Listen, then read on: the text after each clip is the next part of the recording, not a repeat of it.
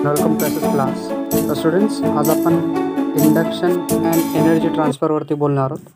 Eddy current काय असतं, self induction काय असतं, तर ह्या सगळ्या गोष्टी आपल्याला ह्या लेक्चरमध्ये शिकायच्या आहेत. ठीक आहे. तर आपण आपला चॅप्टर घेतो, दॅट इज इलेक्ट्रोमॅग्नेटिक इंडक्शन. तर ह्या आय एम पी चॅप्टरमधले काही आय एम पी टॉपिक्स आपल्याकडे आज आहेत. याच्या आधी पण आपण ह्याच्यावरती बऱ्याच लेक्चर्समध्ये बोलतो आहे. ठीक आहे. तर अजून एखाद 2 लेक्चरमध्ये हे आपलं चॅप्टर कंप्लीट व्हायला पाहिजे. ठीक आहे. जसं चॅप्टर कंप्लीट होतं मी तुमच्यासाठी नोट्स अपलोड करून देईल. ठीक आहे. पण लेक्चर स्टार्ट करण्याच्या आधी परत एकदा मी तुम्हाला रिक्वेस्ट करतो, जर मी शिकवतो आहे ते जर तुम्हाला समजलं आज, तर लाईक करायला विसरू नका. ठीक आहे. परत शेअर करायला विसरू नका तुमच्या मित्रांपर्यंत. ठीक आहे. ज्यांनी अजूनही चॅनलला सबस्क्राईब केलं नसेल, प्लीज चॅनलला सबस्क्राईब करा. ठीक आहे. And again I will B request you that की व्हिडिओ पूर्ण बघायला विसरू नका. ठीक आहे. तर बाकीच्या कन्सेप्ट म्हणजे जर तुम्हाला मला कॉन्टॅक्ट करायचा असेल तर तुम्ही इंस्टाग्राम, टेलिग्राम असेल किंवा ट्विटर असेल, याच्यावरती बिलाडे सर सर्च करा. ठीक आहे. तिथे तुम्हाला मी भेटून जाईल. ठीक आहे. तिथे माझ्या आपला स्टडी स्ट्रॅटवेचा अकाउंट आहे. इंस्टाग्रामवरती तुम्हाला नोट्स भेटतील. टेलिग्रामवरती तुम्ही मला कॉन्टॅक्ट करू शकता, तुमच्या अडचणी विचारू शकतात. ठीक आहे. अदरवाईज तुम्ही टेलिग्रामवरती जरी मला कॉन्टॅक्ट केला तरी पण चालून जाईल. ट्विटरवरती पण तुम्ही मला फॉलो करू शकतात. ठीक आहे. तर induction and energy transfer basically काय, आपल्याला सगळ्यांना माहिती आहे फ्लेमिंगचा राईट हँड रूल. ठीक आहे ना. जर की हा आपला मॅग्नेटिक फील्ड असेल. ठीक आहे. या मॅग्नेटिक फील्डमध्ये जे दिसते तुम्हाला डायग्राम, ह्या मॅग्नेटिक फील्डमध्ये इथे जे ग्रीन कलरचे लाईन्स तुम्हाला दिसत आहेत, this is what the magnetic field. Okay. In this magnetic field ही वायर आहे ॲक्च्युली. ठीक आहे. ही वायर मला दाखवता ही पूर्ण वायर आहे. ठीक आहे. एक अशी वायर होती. ठीक आहे. आणि इथून ही मॅग्नेटिक फील्ड अशी चाललेली. ठीक आहे. फक्त मी इथून ह्याला दाखवलेलं आहे, ह्या भागाकडून मी तुम्हाला दाखवलेली ही वायर इथे. ठीक आहे. ह्या फ्लेमिंगच्या राईट हँड रूलमध्ये. तर आपल्याला माहिती आहे ॲक्च्युली, मला काही सांगण्याची जास्त गरज नाही आहे. थंब जो मोशन ऑफ द कंडक्टरला दाखवतो, जर राईट हँड रूलमध्ये यूज केला तर आपण फिंगर जी आहे आपली, okay, middle finger, first finger जे आपण म्हणतो, ही मॅग्नेटिक फील्डला इंडिकेट करते. आणि मिडल फिंगर जी असते ॲक्च्युली ती करते आपल्याला दॅट इज इंड्यूस जो ई एम एफ इंड्यूस होतो त्याच्यासाठी आपल्याला इथे दाखवले जाते. ठीक आहे. म्हणजे जर मॅग्नेटिक फील्ड अशी वाहत असेल, ठीक आहे, आणि ही वायर जी आहे आपली, ठीक आहे, अशी आहे.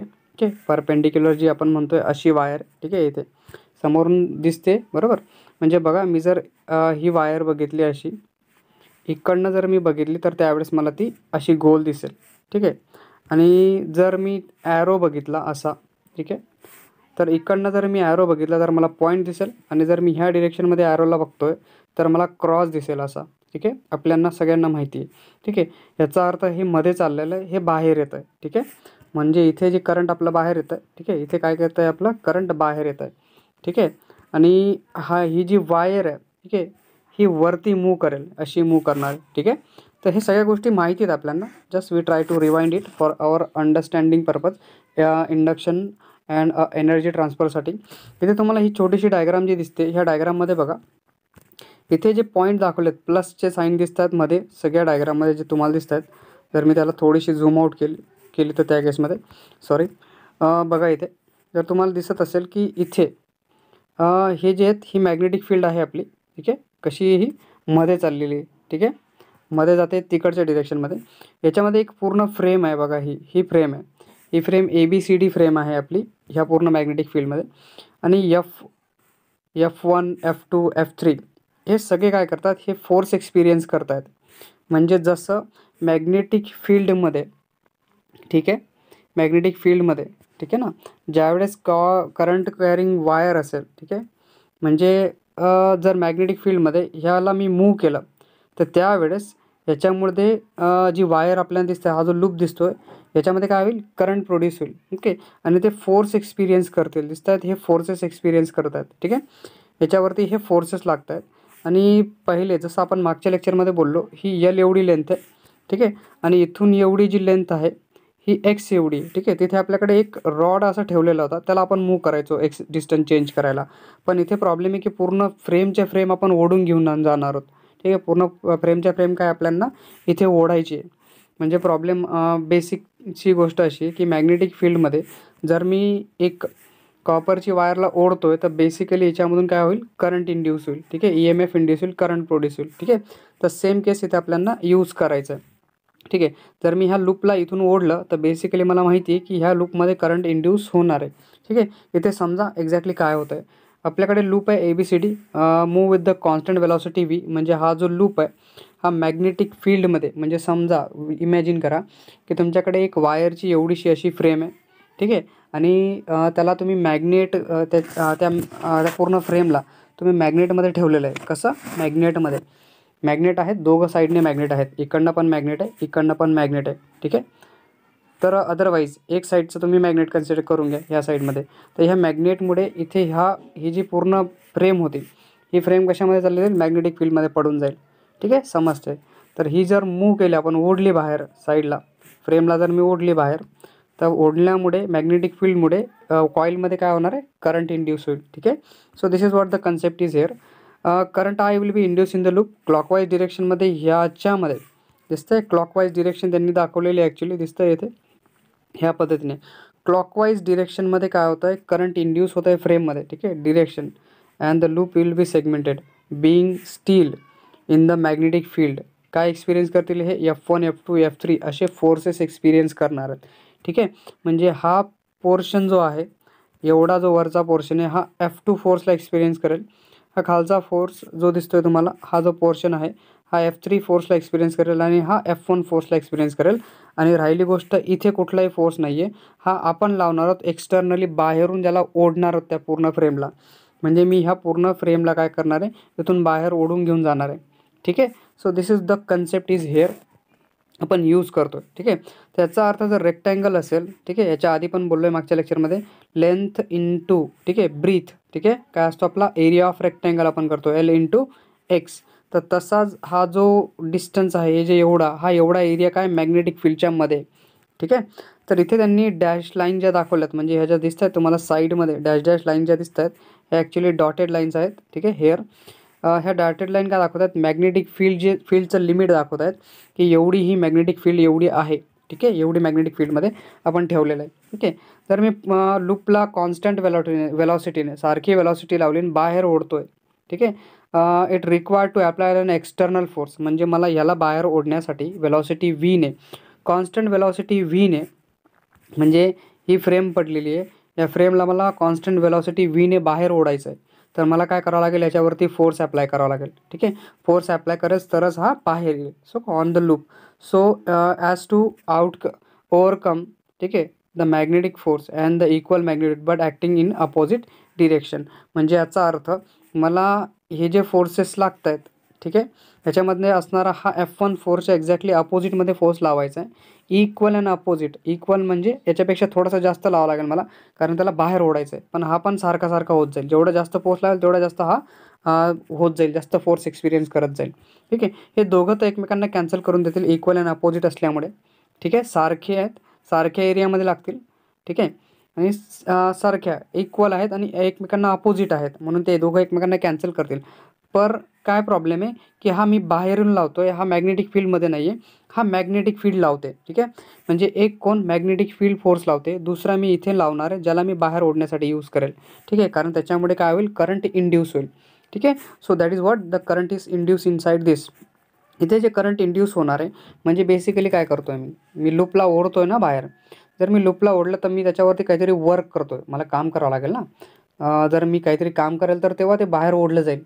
म्हणजे जो वर्क डन आहे, ठीक आहे, on the loop, rate of work done on loop, म्हणजे त्या लूपला बाहेर ओढण्यासाठी मला काहीतरी वर्क डन करावं लागेल. आणि हे वर्क डन कसं असेल? वर्क मी करेल विथ रिस्पेक्ट टू टाईम. ठीक आहे. म्हणजे मला काहीतरी टाईम लागेल त्याला ओढण्यासाठी, ते काम करायला. ठीक आहे. म्हणजे त्या लूपला ओढायला काहीतरी टाईम लागणार आहे मला. Work done with respect to time.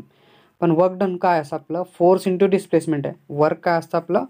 Force into displacement. हे आपलं काय असतं? वर्क असतं. फोर्समुळे एखादा ऑब्जेक्ट जर डिस्प्लेस झाला तर तो असतो आपला काम, त्याला आपण म्हणतो वर्क. ठीक आहे. दॅट इज तर वर्क काय आपलं? Divided by time. तर हे काय असेल आपल्याकडे? डिवायडेड बाय टाईम होऊन जाईल. सो डिस्प्लेसमेंट अपॉन टाईम आपलं पहिलं unit, that is rotational dynamic circular motion. Displacement upon time असतं आपली वेलॉसिटी. ठीक आहे. डिस्प्लेसमेंट अपॉन टाईम काय असते? वेलॉसिटी असते. म्हणजे मी फोर्स ॲज इट इज ठेवतो, वेलॉसिटीला लिहून घेतो व्ही. म्हणजे फोर्स अपॉन डिस्प्लेसमेंट अपॉन टाईमला काय करतो? वेलॉसिटी करून घेतो. ठीक आहे. तर याचा अर्थ वर्क डन किती लागेल माझ्याकडे? रेट ऑफ वर्क डन ठीक आहे. Rate of doing work on a loop किती लागेल माझ्याकडे, फोर्स इंटू वेलॉसिटी. ठीक आहे, force with respect to velocity. ठीक आहे, म्हणजे मी जेवढा फोर्स लागणार आहे त्या वेलॉसिटीला, जेवढी वेलॉसिटी मला पाहिजे विथ रिस्पेक्ट टू दॅट, जेवढा त्याच्यामध्ये वर्क लागणार आहे, तर फोर्स इंटू वेलॉसिटीच्या बरोबर माझ्याकडे काय असेल, वर्क असेल. म्हणजे that is the rate of change of doing work असेल माझ्याकडे. ठीक आहे, so that is what the P असेल माझ्याकडे. ठीक आहे, जर ही कन्सेप्ट मी यूज केली, so that is finding the expression. Okay, P म्हणजे रेट ऑफ डुईंग वर्क. ठीक आहे, rate of doing work on the loop. जर मी हे एक्सप्रेशनला यूज केलं to find the expression for P, म्हणजे work डनसाठी, rate of change of rate of doing वर्कसाठी, या एक्सप्रेशनसाठी जर मी टर्म्स यूज केला, इंडक्शन बी आहे, पी आपल्याला माहिती आहे magnetic field induction B. Characteristic जो लूप आहे त्याच्यामध्ये रेजिस्टन्स आहे, विड्थ आहे आणि एरिया आहे. ठीक आहे, width and area, resistance, width and area. ठीक आहे, ह्या सगळ्या गोष्टी याच्यामध्ये आहेत आपल्याला दिसतात. सो दॅट इज वॉट जो लूप आहे, it will be move in a right side. ठीक आहे, कुठे राईट साईडमध्ये ओढला जातो आहे. हा दिसतोय तुम्हाला, हा राईटमध्ये ओढतो आहे, हा लेफ्ट साईडचा भाग आहे याचा. ठीक आहे, इथे करंट आहे, याच्यामध्ये रेजिस्टन्स दिसतोय तुम्हाला, आर विल बी रेजिस्ट करणार आहे. ठीक आहे, काय करेल, करंट प्रोड्यूस होण्यासाठी रेजिस्टन्स जे असेल. ठीक आहे, so that is the area lying with in the magnetic field, म्हणजे जो एरिया मॅग्नेटिक फील्डमध्ये ॲक्च्युली. ठीक आहे, इथे जो दिसतोय तुम्हाला, हा एवढा एरिया जर तुम्ही बघितला तर हा मॅग्नेटिक फील्डमध्ये. ठीक आहे, आणि बाकीचा ह्या एरियाचा जर मी विचार केला, एवढा जो दिसतोय हा बाहेर आहे, मॅग्नेटिक फील्डमध्ये नाही आहे, फक्त हा एवढा एरिया मॅग्नेटिक फील्डमध्ये दिसतोय तुम्हाला. ठीक आहे, so that is what the decrease जो एरिया आहे. आता जसं जसं मी बाहेर ओढत जाईल, जसं जसं या लूपला मी बाहेर ओढत जाईल, तसं तसा हा जो एरिया आहे तो कमी कमी होत जाईल. म्हणजे ही पुढे सरकत जाईल, एवढूसा एरिया राहून जाईल नंतर. ठीक आहे, नंतर मग परत एवढूसा एरिया राहून जाईल. ठीक आहे, ह्या पद्धतीने म्हणजे हे पूर्ण संपून जाईल याच्यामधलं. जसं जसं बाहेर येत जाईल लूप, तर एरिया तसा तसा कमी होत जाईल. ठीक आहे, so as the loop move to the right, the area lying, जो मॅग्नेटिक फील्डमधला एरिया आहे डिक्रीज होत जाईल. Thus cause the decrease in magnetic flux. Magnetic flux पण काय होणार आहे, डिक्रीज होईल. फ्लक्स सगळ्यांना माहिती आहे, that is phi is equals to B into I, B into area, that is what the flux, induction flux. ठीक आहे, याच्यामुळे आपलं करंट जे प्रोड्यूस होतं, so the decrease in the flux link with the moving loop. ठीक आहे ना, काय होईल, हा लूपसोबत जो मुव्हिंग लूप जो आहे आपला, त्याच्यासोबत जो लिंक होणारा जो फ्लक्स आहे दॅट विल बी ऑल्सो कमी कमी होत जाईल. So decrease in the magnetic flux induce current. जर मॅग्नेटिक फ्लक्स कमी होत जाईल तर फ्लक्समुळे काय होणार आहे, करंट पण जनरेट होईल. काय माहिती आपल्याला, हे लेन्झ लॉ आपण मागच्या लेक्चर्समध्ये बघितला, लेन्झ लॉला. ठीक आहे, so the loop is as a directed by the Lenz law. So there for the induce current, जे करंट प्रोड्यूस होणार आहे त्या लूपमध्ये, हे जे लूप तुमच्याकडे आहे त्याच्यामध्ये प्रोड्यूस होणारा जे करंट आहे in the loop give rise to with the force, म्हणजे अपोज द पुल. बाहेर ओढू देणार नाही ते मला, त्याच्या अपोजिटमध्ये फोर्स लावेल, त्या लूपला बाहेर ओढू देणार नाही. म्हणजे हे जे करंट त्याच्यामध्ये इंड्यूस झालेलं आहे, ह्या करंटमुळे जो फोर्स लागतोय त्या फोर्समुळे काय होईल, ते लूपला बाहेर ओढू देणार नाही. So pulling of the loop away from the magnetic field, म्हणजे ह्या मॅग्नेटिक फील्डमुळे असणारा हा जो फोर्स आहे बिकॉज ऑफ F1, हे तर दोघं एकमेकांना कॅन्सल करून घेतील ॲक्च्युली. ठीक आहे, इक्वल अँड अपोजिटमुळे. तर ह्याच्यामध्ये जनरेट होणारा हा जो फोर्स आहे हा याला बाहेर ओढू देणार नाही. ठीक आहे, so that is what the current, तो मॅग्नेटिक फील्डमध्येच राहू देईल. So we know that the magnetic flux, जो फ्लक्स इंड्यूस होतो आहे त्याच्यामध्ये त्या लूपमध्ये, तो काय असेल आपल्याकडे, that is flux induce magnetic flux म्हटला जातो, बी लिहिला जातो. ठीक आहे, सो हा इलेक्ट्रिक नाही आहे, इलेक्ट्रिकसाठी ई लिहिला जाईल. ठीक आहे, हा मॅग्नेटिक आहे म्हणून बी फ्लक्स लिहिला यांनी. सो हेअर इज दॅट, आपल्याला माहिती बी इंटू ए आहे. पण आता सध्याच्या स्टेजमध्ये माझ्याकडे एक रेक्टँगल आहे. ठीक आहे, that is L into x आहे. एक्स कमी कमी होतो आहे, आता एक्स काय होतो आहे, कमी कमी होतो आहे, कारण हा बाहेर ओढला जातो आहे. ठीक आहे, हा एवढा एक्स होता, नंतर बाहेर जर ओढला तर इथून एवढा एक्स राहून जाईल. ठीक आहे, एवढूसा एक्स राहून जाईल. म्हणजे प्रॉब्लेम आहे की हा एक्स इथून कमी कमी होत जाईल, हा जो एक्स आहे हा कमी होणार आहे इथे. सो दॅट इज व्हॉट, हा जो फ्लक्स आहे इथे, म्हणजे इथला प्रॉब्लेम असा आहे की हा एरिया एवढा आहे, रेक्टँगलचा एरिया काय आहे तुमचा, हा एल आणि हा एक्स आहे. तर एल इंटू एक्स हा एरिया होऊन जाईल. मॅग्नेटिक फ्लक्स इंडक्शन बी आपल्याकडे आहे, तर बी इंटू ए आपला फ्लक्स बनतो. ठीक आहे, फाय आपण बनवतो त्याला, फाय बी इंटू ए बनवतो. आणि ए आपल्याला माहिती आहे काय असतो आपला, हा एल इंटू एक्स आहे इथे. ठीक आहे, काय L into x. So that is what the magnetic flux will be induces. तर आता हा जो एक्स डिक्रीज होतो आहे, ठीक आहे, the flux decreases according to the Faraday's law. तर फॅराडेज लॉनुसार आपला फ्लक्स पण काय होत जाईल, डिक्रीज होत जाईल. सो द मॅग्निट्यूड, जो मॅग्निट्यूड इंड्यूस होईल, magnitude of induce E M F. तर ई एम एफ कसा असतो आपला, change in flux with respect to time. Okay, म्हणजे फ्लक्स चेंज होतोय विथ रिस्पेक्ट टू टाईम, काय होईल, इंड्यूस EMF होईल. EMF काय होईल, इंड्यूस होईल. मॅग्निट्यूड होईल. मॅग्निट्यूड म्हणजे आपल्याला सगळ्यांना माहिती आहे, डिरेक्शनची गोष्ट होत नाही इथे, फक्त मॅग्निट्यूड किती EMF इंड्यूस होईल हे आपल्याला मॅग्निट्यूडवरून समजून जातं. म्हणजे जेवढा फ्लक्स चेंज झाला विथ रिस्पेक्ट टू टाईम, ठीक आहे, तेवढा काय होईल, आपला EMF इंड्यूस होईल. आणि मग इथे जर मी फ्लक्सला फायला जर चेंज करून घेतलं, कारण फाय मला माहिती आहे B/L/X आहे सध्या, बरोबर आहे. म्हणजे याचा अर्थ याच्यामधला B कॉन्स्टंट आहे आणि L पण चेंज होत नाही आहे. ठीक आहे, काय समस्या आहे तुम्हाला, हा थोडी ना बदलतो आहे, बदलतो कुठला आहे, हा बदलतो आहे इकडचा, हा बदलला जातो आहे, हा चेंज होतो इथे. ठीक आहे, so that is what this one will be change. हा चेंज करतो, ह्याला चेंज नाही होत येते, हा कॉन्स्टंट आहे. आपण त्याला बाहेर ओढलं तर, ठीक आहे, L चेंज होत नाही आहे, फक्त चेंज होतो आहे तुमचा X. So that is constant L आणि B दोघं कॉन्स्टंट आहेत, फक्त X चेंज होतो आहे. X चेंज होतो आहे म्हणजे change in displacement with respect to time काय आपलं वेलॉसिटी आहे. म्हणजे जो EMF इंड्यूस होईल तो कसा असेल आपला B/L/V. हा आपण याच्या आधी पण काढला आहे. ठीक आहे, so that is induce EMF will be BL/V. मागच्या लेक्चर्समध्ये please go and watch that lectures. ठीक आहे, मागचे जे लेक्चर्स आहेत त्यांना पण बघा. So here is that the case. मग हा जो EMF इंड्यूस होतो आहे, रिप्रेझेंट करतो आहे, म्हणजे जो लेफ्ट साईड दिसतो EMF इंड्यूस, इथे जी तुम्हाला डायग्राम दिसते हा EMF इंड्यूस आहे आणि हा रेजिस्टन्स आहे, हे जे करंट फ्लो होत आहे. ठीक आहे, so here is that we can saying the induce EMF represent in the left side and the collective resistance of the loop right साईडमध्ये दिला होता. जी मी तुम्हाला आत्ता फिगर जी दाखवली त्याच्यामध्ये त्यांनी हे जे सगळे दिलं होतं हे दिसतं तुम्हाला ह्याच्यामध्ये, की ही डायग्राम आपल्याला हे समजवतं काय काय होतं आहे. आणि आपल्याला माहिती आहे की आपण करंट इंड्यूस कशाने काढतो, राईट हँड रूलने. ठीक आहे, that is what the Fleming's right hand rule. हा जो तुम्हाला रूल दिसतो याच्यामध्ये, ह्या रूलमध्ये त्यांनी बेसिकली म्हटलं होतं की थंब जो असेल तो मोशन ऑफ कंडक्टर, म्हणजे वायर कुठे जाणार आहे, कुठल्या डिरेक्शनमध्ये करंटमुळे मूव्ह करून जाईल. ठीक आहे, काय वायर कुठे जाणार, जर वायरला मी वरती ओढली तर याचा अर्थ जे करंट आहे, वायर जर मी वरती ओढतो आहे त्याचा अर्थ मॅग्नेटिक फील्ड अशी असेल. आणि हा जो डॉट दाखवतो आहे तुम्हाला, मी हा जो डॉट दाखवतो आहे तर हा बाहेर येणार आहे, बरोबर आहे. म्हणजे करंट माझ्याकडे येईल, तुमच्याकडे तुम्ही बघतायत ना त्याला, या ज्या पॉईंटला तुम्ही बघतायत हा जो दिसतोय तुम्हाला स्काय कलरचा पॉईंट, तर तो करंट काय तुमच्याकडे येतो, म्हणजे एखादा बाण तुमच्याकडे येतोय, त्या पद्धतीने इथे करंट जनरेट होईल. So this is what the case is here. फ्लेमिंगच्या राईट हँड रूलने आपण करंट इंड्यूस काढतो. तर जो मॅग्निट्यूड आहे, ओके, इंड्यूस EMFचा जो करंट आहे त्याला लिहिलं जातं that is EMF current, magnitude of current. Okay, magnitude of induce current म्हणजे I म्हटला, तो I हा असतो तुमचा is magnitude of induce EMF upon R. ठीक आहे, I is equals to E upon R आहे आणि E माहिती आहे तुम्हाला BL/X आहे. ठीक आहे, सॉरी BL/V/X आहे. So that is I is equals to BL/V upon R. This is what the magnitude of induce current. हे एवढं करंट इंड्यूस होईल वायरमध्ये जेव्हा तुम्ही त्या लूपला बाहेर ओढणार त्या केसमध्ये.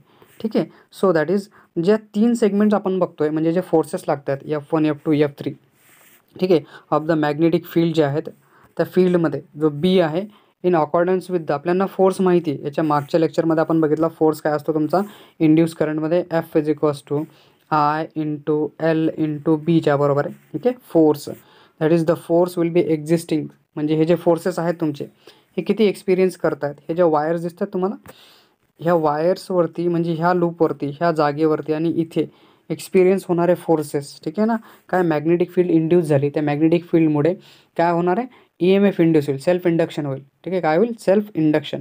तर सेल्फ इंडक्शनमुळे, स्वतःच्या इंडक्शनमुळे याच्यावरती फोर्स अप्लाय व्हायला लागेल आणि त्या फोर्समुळे तो मला बाहेर त्या लूपला ओढू देणार नाही. आणि तो फोर्स किती असेल तुमचा, F is equals to I/L/B बरोबरचा हा फोर्स असतो. सो फ्रॉम द सिमेट्री, म्हणजे F1 आणि F2 आणि F3 दोघांमध्ये सारखेपण आहे, म्हणजे लेंथ पण सारखी आहे तिथली. ठीक आहे, X पण तिथे सारखा असेल, बरोबर आहे. जर हा मी ओढून घेतला एवढा असेल त्याचा अर्थ एवढा आणि हा, हे दोघं लेंथ सारखी आहे. ठीक आहे, मॅग्नेटिक फील्ड सारखी आहे. ठीक आहे, ओढण्याचा जो व्हेलॉसिटी असेल ती पण कॉन्स्टंट असेल. तर त्या केसमध्ये दोघांवरती लागणारा हा फोर्स आणि हा फोर्स, ठीक आहे, F1 जो F2 आणि F3 आहे दोघं एकदम सारखे आहेत, त्याच्यामुळे ते दोघं एकमेकांना काय करतात, कॅन्सल करतात. So that is the opposite and cancel each other. आणि राहिलेला फक्त F1 आहे. आता काय राहिला, हा F1 राहून गेला आणि हा F1ला कोण अपोज करतोय, आता आपण ओढतो याला, आता इकडे वेलॉसिटी Vने त्याला बाहेर मी ओढण्याचा प्रयत्न करतो. सो दॅट इज फक्त दोघं एकमेकांच्या अपोजिट आहे, हा मी लावतोय. ठीक आहे, आणि हा जो त्याच्या अपोजिटचा जो मध्ये मॅग्नेटिक फील्ड लावते F1ला, ठीक आहे. So they are both are externally, एक एक्सटर्नली एफ लागला जातो आहे हा फोर्स मी ओढणार आहे तो, आणि दुसरा राहिला जो मॅग्नेटिक फील्ड लावेल -F1. अपोजिट डिरेक्शनमध्ये आहेत म्हणून मायनस साईन दाखवली हां. ठीक आहे. मॅग्नेट्यूड सारखी आहे दोघांचे, फक्त डिरेक्शन वेगवेगळी. सो द मॅग्नेट्यूड जो F1 आहे त्याची मॅग्नेट्यूड किती असेल मग F1ची? मॅग्नेटिक फील्ड जी मध्ये ओढते ना, ठीक आहे, मधली मॅग्नेटिक फील्ड F1 मध्ये ज्या फोर्स लावतोय, मला बाहेर ओढू देत नाही, तो फोर्स किती असेल? तर तो असतो तुमचा I × L × B sin 90च्या बरोबर असेल. ठीक आहे, परपेंडिक्युलरला. तर ऑब्वियसली की हा IL × Bच्या बरोबर आहे, म्हणजे दोघं सारखे असतील, इक्वल अँड अपोजिटमध्ये असतील. सो त्या इक्वल अँड अपोजिटमध्ये IL × B, तर आपल्याला I माहिती आहे. बेसिकली I काय लिहिला होता आपण? दॅट इज BLV/R आपण लिहिला होता त्याला. ठीक आहे, आणि इथे राहिला तुमचा L × B, हा इथे राहिलेला. ठीक आहे, आपण I लिहिला होता, दिसतोय हा I = BLV/R. तर हा मी इथे लिहून काढला एवढा, आणि राहिला हा L × B, तर हा बाजूला लिहिला. तर B मुळे L मुळे, ठीक आहे, B × B² होऊन जाईल. ठीक आहे, B × B² राहिला इथे तुमचा हा बघा L × L, हा जो दुसरा आहे याच्यामुळे L² होऊन जाईल. V आणि R असेल. V ऑलरेडी आहे, दॅट इज वॉट I पासून आलेला, डिवायडेड बाय R तुमच्याकडे होऊन जाईल. तर याच्यापासून आपण काय काढलं? दॅट इज द पॉवर काढली. ठीक आहे, काय काढली? The rate of doing mechanical work, that is power. ठीक आहे, म्हणजे जो वर्क आपण लावला तो वर्क होता force × velocity, and that power is nothing but, किती पॉवर लागली असेल मला मग? B² L² × V/R. ठीक आहे, × Vच्या बरोबर असेल. म्हणजे आता ही जी पॉवर आहे, म्हणजे फोर्स मला माहिती आहे, आता सध्या तरी फोर्स माहिती आहे मला किती लागणार आहे.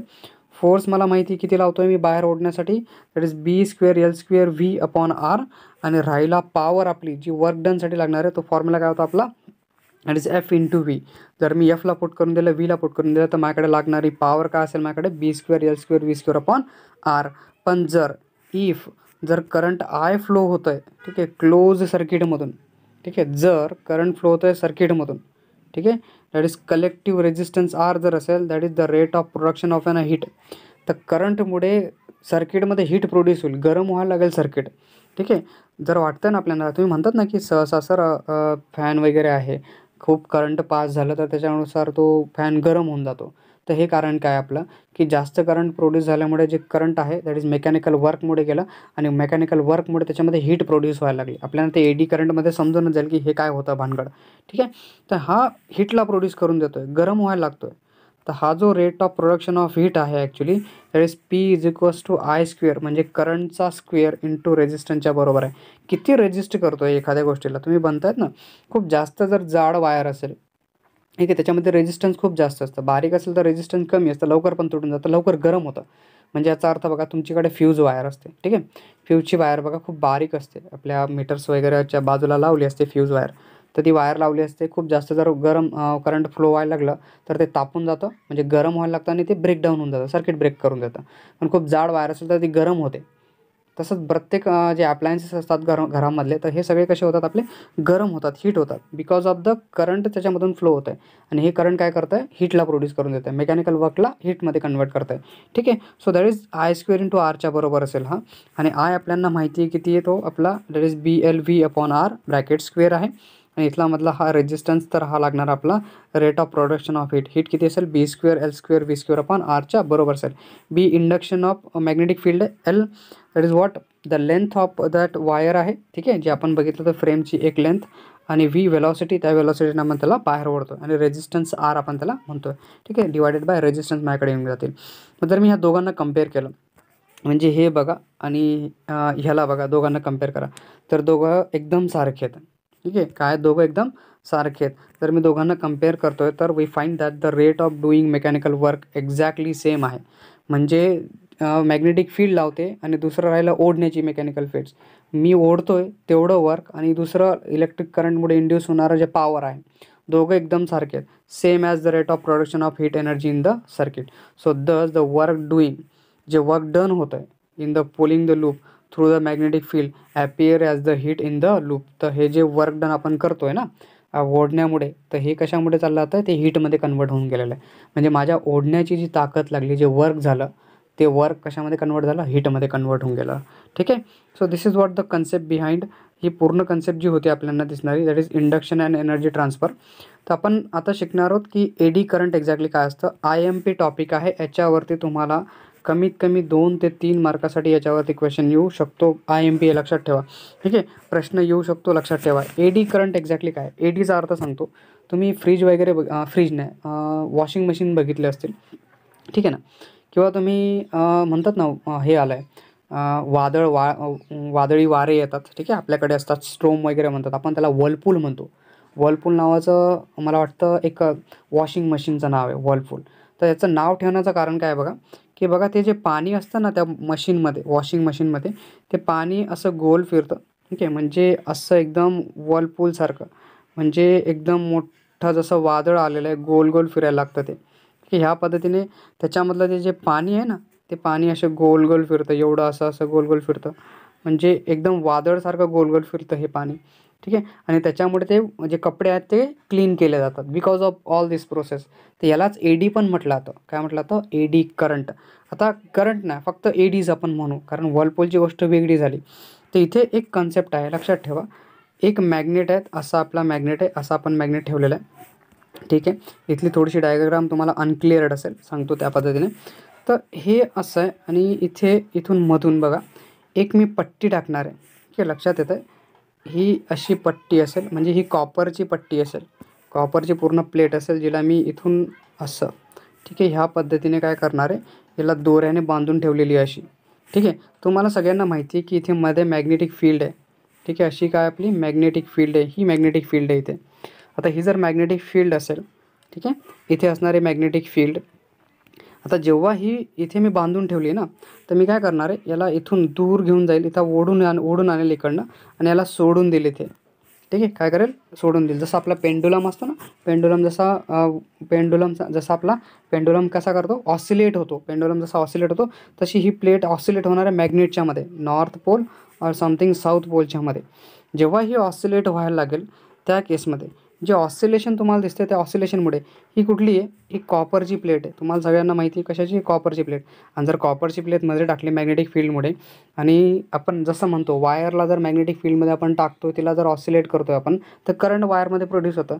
तर ऑब्वियसली जर ही कॉपरची प्लेट मी मॅग्नेटिक फील्डमध्ये जर फ्लो करतोय, ठीक आहे, जर ओढवतोय, ठीक आहे, ह्या मॅग्नेटिक फील्डमध्ये जर ह्या कॉपर वायरला मूव्ह करतोय, पेंडुलमसारखे मूव्ह करतोय, तर ऑब्वियसली ह्या प्लेटमध्ये काय व्हायला पाहिजे, इलेक्ट्रिकल करंट जनरेट व्हायला पाहिजे, EMF करंट इंड्यूस व्हायला पाहिजे, ठीक आहे, करंट इंड्यूस होईल ऑब्वियसली ना. हे जे करंट इंड्यूस होतं ना, ह्याच्यामुळे एक कन्सेप्ट होते, कशी बघा, जी मेटल आहे that is large number of free electrons असतात. म्हणजे ही जी मेटलची प्लेट तुम्ही बघतात, कॉपरची प्लेट, त्या कॉपरच्या प्लेटमध्ये large number of free electrons असतील, ठीक आहे ना, नंबर ऑफ फ्री इलेक्ट्रॉन्स असतील याच्यामध्ये. असे जे नंबर ऑफ फ्री इलेक्ट्रॉन्स आहेत या मेटल प्लेटमध्ये, ठीक आहे, तर हे जे इलेक्ट्रॉन्स आहेत बिकॉज ऑफ कंटिन्युअस काय होतील, हे ते पेंडुलमसारखे मॅग्नेटिक फील्डमधून इकडे जातील, तिकडे येतील, तिकडनं तिकडे येत जातील, ठीक आहे ना. म्हणजे हे मॅग्नेटिक फील्डमध्ये काय होत जातील, असं ऑसिलेट होईल, असं ऑसिलेट होईल, म्हणजे परत असं जाईल, ठीक आहे, परत इकडनं असं येऊन जाईल. म्हणजे मॅग्नेटिक फील्डमध्ये हे काय होत जाईल, येत जा राहील, म्हणजे कंटिन्युअसली डिरेक्शन चेंज होत जाईल करंटची, बरोबर आहे. तर इथे काय होतं आहे, दॅट इज जे मेटल प्लेट आहे, that large number of electron ज्याच्यामध्ये which move randomly within the metal, ठीक आहे ना, म्हणजे जे मेटल्स आहेत ते रँडमली मूव्ह करणार आहे. म्हणजे मेटलमध्ये ते जे इलेक्ट्रॉन्स आहेत ते इनिशियली रँडमली मूव्ह करत होते, ठीक आहे ना. म्हणजे रँडम मूव्ह करणारे जे इलेक्ट्रॉन्स आहेत that is when such a piece of metal. आता असा जर मेटलचा पीस आहे subjected to the changing the magnetic field, जर चेंज होत असेल त्याची continuously, or the flux, magnetic flux change झाली तर करंट प्रोड्यूस होणार आपल्याला ऑब्वियसली माहिती आहे. पण ते जे इलेक्ट्रॉन्स आहेत त्या मेटल प्लेटमधले, ठीक आहे, प्लेटमध्ये असणारे जे इलेक्ट्रॉन्स आहेत कॉपरच्या प्लेटमध्ये, काय एक्सपिरियन्स करतील, फोर्स एक्सपिरियन्स करतील इलेक्ट्रॉन्स. आणि जर फोर्स एक्सपिरियन्स करत असतील तर ते जे इलेक्ट्रॉन्स आहेत त्या कॉपरच्या प्लेटमध्ये, म्हणजे इथे असणारा हा एक इलेक्ट्रॉन, हा इलेक्ट्रॉन, तर हे प्रत्येक इलेक्ट्रॉन वेगवेगळ्या कशाला, वेगवेगळ्या डायमीटरला, वेगवेगळ्या रेडियसमध्ये फिरायला लागतील. आणि याच्यामुळे काय होणार आहे तुमचं, that is what the Whirlpool होईल. त्याला म्हटलं आता एडीज फॉर्म होतील, असं असं असं असं हे मध्ये फॉर्म होत जातील, फिरत जातील, आणि हे काय करेल, एडीज क्रिएट करेल, म्हणजे व्हर्लपूलला क्रिएट करेल, ठीक आहे. So this is what the eddy current, समजतंय? म्हणजे एक प्लेट मॅग्नेटिक फील्डमध्ये टाकल्यामुळे त्याच्यामध्ये असणारे इलेक्ट्रॉन्स जे फोर्स एक्सपिरियन्स करतायत, त्या फोर्स एक्सपिरियन्स केल्यामुळे ते जे इलेक्ट्रॉन्स आहेत ते काय करतात, वेगवेगळ्या डायमीटरला, वेगवेगळ्या रेडियसला सर्क्युलर मोशन परफॉर्म करतात. आणि जसे सर्क्युलर मोशन परफॉर्म करतात वेगवेगळ्या रेडियसला, त्याच्यामध्ये काय आहेत, एडीज अँड व्हर्लपूल फॉर्म होतं आहे. So that is the radius depending upon the its speed. म्हणजे त्या इलेक्ट्रॉनचा स्पीड किती आहे त्याच्यावरती तो काय करतो, दॅट इज डिपेंड करतो. म्हणजे आता जी पट्टी आहे आपण टाकणार त्याच्यावरती पण तो डिपेंड करतो. So circular path different radius depending upon the speed, कशावरती करतो, डिपेंड करतो, स्पीडवरती डिपेंड करतो. So these circular path of the electrons, ठीक आहे, प्रोड्यूस अँड करंट प्रोड्यूस करेल. काय प्रोड्यूस करेल, करंट प्रोड्यूस करेल, which resemblance with the eddies and whirlpool सारखं करंट तर प्रोड्यूस होईल त्याच्यामध्ये. पण कसं असेल हे, एकदम पूर्ण वादळ आल्यासारखं, वादळी वाऱ्यासारखं असेल हे, ठीक आहे, किंवा एकदम हे असेल, स्ट्रोम आला आहे, खूप मोठा वादळ आलेलं आहे त्याच्यासारखं ह्याच्यामध्ये करंट प्रोड्यूस होईल. ठीक आहे. सो ह्याच्यासाठी हिन्स दॅट इज करंट, ह्या करंटला म्हटलं तर एडीज करंट. ठीक आहे, काय म्हटलं त्याला, एडीज करंट. इथे जी डायग्राम दिसते तुम्हाला, ह्या डायग्राममध्ये सेम कन्सेप्ट आहे. इथे एक सॉलिडची केस आहे किंवा दोन आहे. जर मला हे रिड्यूस करायचं असेल तर मला जर वाटायचं असेल की याला फ्रीली, आता जर अशी पूर्ण सॉलिडची प्लेट असेल ना, ठीक आहे, म्हणजे एक पूर्ण सॉलिडची प्लेट जर बघितली ना, ती फ्रीली ऑसिलेट नाही होऊ देणार आहे, थांबवून घेईल हे मॅग्नेटिक फील्ड त्याला. ठीक आहे, जर मी त्याला टाकलं तर हे जाऊ देणार नाही, काय करेल, हे याला स्टॉप करून गेलं अशा प्लेटला. पण जर मी ह्या प्लेटला जर असं काहीतरी गॅप टाकून दिले, कंगव्यासारखं बनवून घेतलं, तर ह्या कंगव्यासारख्या बनवलेल्या प्लेटला, तर ह्याच्यामधून हे काय होईल, करंटला रिड्यूस करून देईल. म्हणजे याच्यामध्ये व्हर्लपूल जनरेट होणार नाही. ठीक आहे, कारण याच्यामध्ये गॅप्स आहेत बघा, छोटे छोटे गॅप्स इथे ठेवून दिलेले आहेत. सो हे फ्रीली ऑसिलेट व्हायला लागेल मॅग्नेटिक फील्डमध्ये. ठीक आहे, असं जे एडीज करंट आहे त्याचं ॲप्लिकेशन आहे. म्हणजे डेड हीट, आपलं जे गाल्व्हॅनोमीटर आहे त्याच्यामध्ये एडी करंटला यूज केला जातं. इंडक्शन फर्नेस, खूप मोठमोठ्या ज्या फर्नेसेस असतात ज्याच्यामध्ये मेटल वगैरे तापवला जातं, मेटलचा एकदम लिक्विड फॉर्म केला जातो, त्याच्यामध्ये एडी करंटला यूज केला जातो. तसंच इलेक्ट्रिकल म्हणजे मॅग्नेटिक जो ब्रेक्स असतात त्यांच्यामध्ये यूज केला जातो. स्पीडोमीटर असतं, गाड्यांचं वगैरे डायल बघितलं असेल ना तुम्ही, बायसिकल वगैरे त्यांचा स्पीडोमीटर असतं, त्यांच्यासाठी पण हा यूज केला जातो. पण जर ॲक्च्युअली तुम्ही डायग्राम बघितली, इथे दिसतं हा पिवट आहे आणि हा जो आहे असा मूव्ह करतो मॅग्नेटिक फील्डमध्ये ह्या पद्धतीने. आणि इथे सॉलिड प्लेट आहे. ठीक आहे, ह्याच्यामध्ये ह्या प्लेटमध्ये हा लूप तयार होतो आहे बघा, याचा इलेक्ट्रॉनचा मुवमेंटचा. इथे पण तुम्हाला दिसेल हा व्हर्लपूलसारखा आहे. ही सॉलिड प्लेट आहे पूर्ण, पण हा रिडक्शनसाठी इथे गॅप टाकलेले आहेत बघा याच्यामध्ये. तर वेअर अ कंडक्टिंग प्लेट जी आहे free to move about the pivot. ठीक आहे, it allows to swing down like a pendulum through the magnetic field. ठीक आहे, सो इन ईच स्विंगिंग, म्हणजे जेव्हा हे स्विंग करणार आहे ना, मॅग्नेटिक फील्डमधून जेव्हा स्विंग करेल, ठीक आहे, when the plate enter and the leave the field. ठीक आहे, म्हणजे जेव्हा फील्डमध्ये एंटर करेल, जेव्हा फील्डला सोडेल, a portion of its mechanical energy will be transferred into heat. म्हणजे जसा हा फील्डमध्ये एंटर करून जाईल, ठीक आहे, आणि बाहेर निघून जाईल, तर त्याच केसमध्ये जे करंट आहे ते हीटमध्ये कन्वर्ट होऊन जाईल. म्हणजे जे मेकॅनिकल वर्क आहे, दॅट इज मेकॅनिकल एनर्जी, ही हीट एनर्जीमध्ये ट्रान्सफर होऊन जाईल. बरोबर ना, कारण मी जर पेंडुलम घेतला, त्याला ऑसिलेट करायला लावतो मॅग्नेटिक फील्डमध्ये, तर त्याच्यामुळे करंट जे प्रोड्यूस होईल ते काय करेल, हीटला प्रोड्यूस करून गेलं आणि ती प्लेट गरम व्हायला लागेल तुमची. ठीक आहे, सो आफ्टर सेव्हरल सच स्विंगिंग, खूप जास्त जर स्विंगिंग आपण त्याला करायला लावलं, तर मला तरी वाटतं खूप जास्त फास्ट आणि खूप जड असेल ना, तर त्या केसमध्ये ती गरम होऊन जाईल मॅग्नेटिक फील्डपेक्षा. पण जर खूप बारीक असेल तर समटाईम्स ती जी प्लेट आहे ती तिथेच थांबून राहील, स्टॉप होऊन जाईल डायरेक्ट. ठीक आहे, सो आफ्टर सेव्हरल सच अ स्विंगिंग. ठीक आहे, म्हणजे ही जे दिसतंय तुम्हाला, असं जर स्विंग आपण करायला लावलं, ठीक आहे, हे जे प्लेट्स आहेत जर ह्याच्यामध्ये स्विंग होत आहेत, हे असं फ्री जातं ह्या मॅग्नेटिक फील्डमध्ये. ठीक आहे, so that is the after several such swing there is no mechanical energy. ठीक आहे, असे खूप जास्त जर प्रोड्यूस झालं तर मेकॅनिकल एनर्जी राहणार नाही.